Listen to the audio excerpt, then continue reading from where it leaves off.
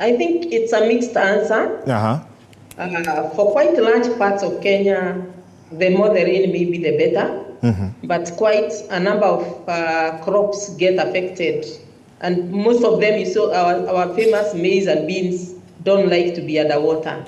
So unfortunately, flood kind of rainfall is not what we wanted. It's not what we want to grow crops. We just want enough for the crop to grow. Therefore, I don't have the data, but I think it's mixed. Even a lot of people may lose their crop. But some, let's take crops like tea, these things which in areas with well-drained soil like tea and coffee, I think for them they may end up with a BAMBA harvest. Avocado, where there is slope and all that, they do much better than other crops. Most fruits, actually. Okay, and so in areas where Kenyans and locals are primarily farmers, how would then they be able to, do they go buying water tanks to be able to preserve so that they are able to use this water for irrigation? How would you advise in terms of water preservation and harvesting? Water for irrigation is not something you do overnight. Oh, it's raining, let me rush outside and do water for irrigation. It's a plan. It starts with surveying. It starts with calculations of how much you need, where will you store it, where will the water which you use for irrigation come from. So it's a wake-up call, yes, for us to plan for more and more irrigation, especially going forward. And therefore, it's not like we can tell farmers, hey, look here, it has flooded, save this water tomorrow. I think that's not how it can be done. It is that irrigation is a plan, best done with a long-term view of what we want to do. Let's assess the positive sides of this average rainfall that ordinarily would be fair.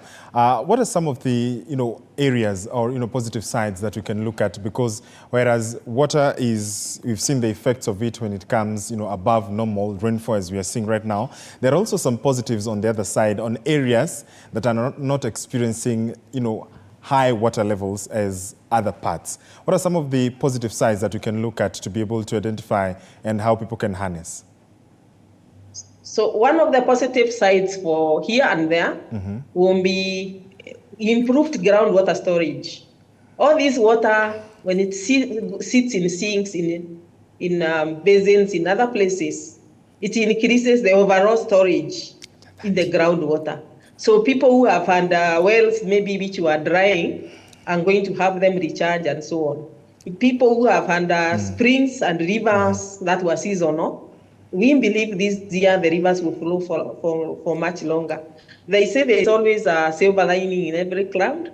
So even this one, you'll be surprised, maybe there are people who are seeing the good in it. Yeah. Okay, and some of the areas or other crops that perhaps farmers can be able to assess. You've talked about tea, coffee, and avocado. What are some of the other crops and plantations that perhaps farmers can be able to take full advantage of when in seasons or in scenarios like we are in right now? I didn't name everything. There is also rice.